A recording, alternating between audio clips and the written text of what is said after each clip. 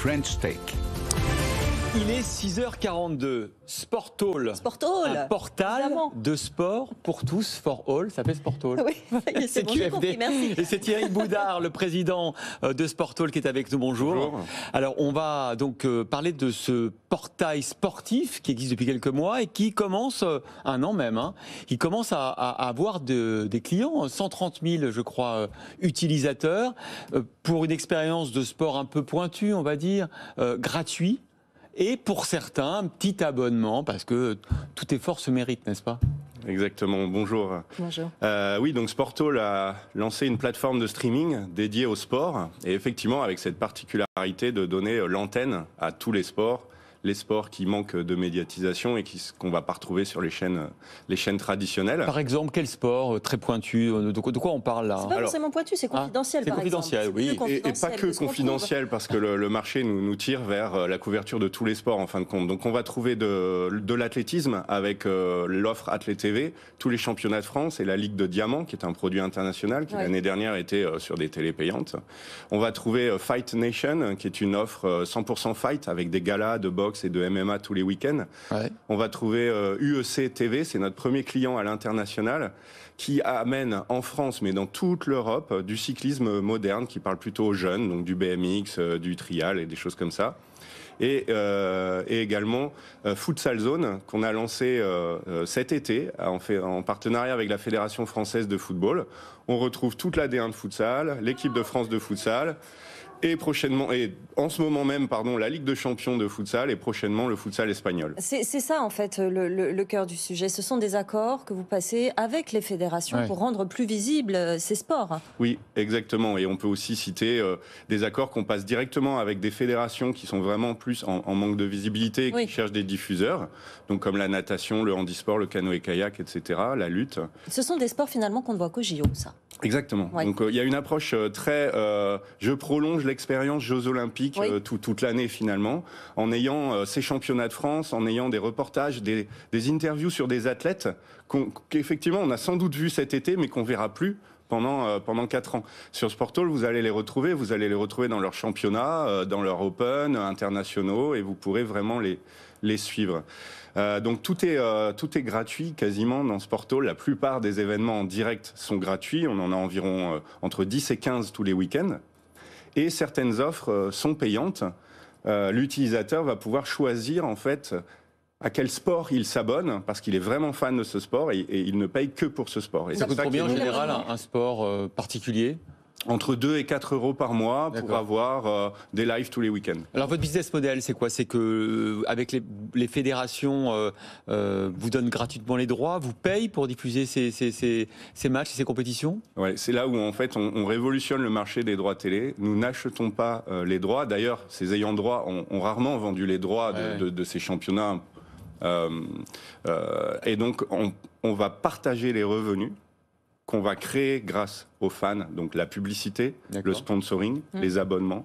Sportall, en tant que place de marché, on va collecter ces revenus et on va les partager avec les ayants droit en fonction des accords qu'on a avec eux. C'est finalement toute la distribution de la vision du sport qui est en train de changer ces derniers mois. Oui, complètement, oui. Le digital arrive dans le monde des séries. Le digital est arrivé et des plateformes comme Netflix sont apparues et ont complètement transformé la façon dont on consomme des séries et des films. Il existe la même chose dans la musique. Et nous sommes en train de participer à cette transformation digitale des droits télé. Des nouvelles plateformes digitales arrivent en ce moment. Sportall est là en France, on va se développer en Europe et on voit bien que les ayants droit de plus en plus vont s'appuyer sur le digital pour diffuser leurs événements. Alors vous le disiez, avec un âge moyen des utilisateurs assez bas, ce qui est pas mal comme cible publicitaire. Comment se partagent vos revenus entre effectivement les revenus publicitaires que vous partagez sans doute avec les fédérations et puis le paper sport ou l'abonnement ?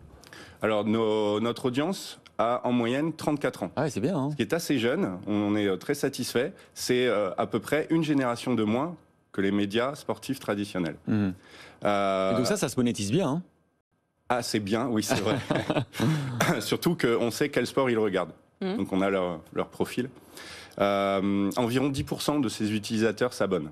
à une offre payante. D'accord. Et vous, dans votre business model, c'est quoi entre les abonnements et la pub? À terme, notre business plan montre qu'à terme, 50% de nos revenus, ce seront des abonnements, 50% publicité et sponsoring. Et puis d'autres sources de revenus pourraient venir prochainement dans les années qui viennent.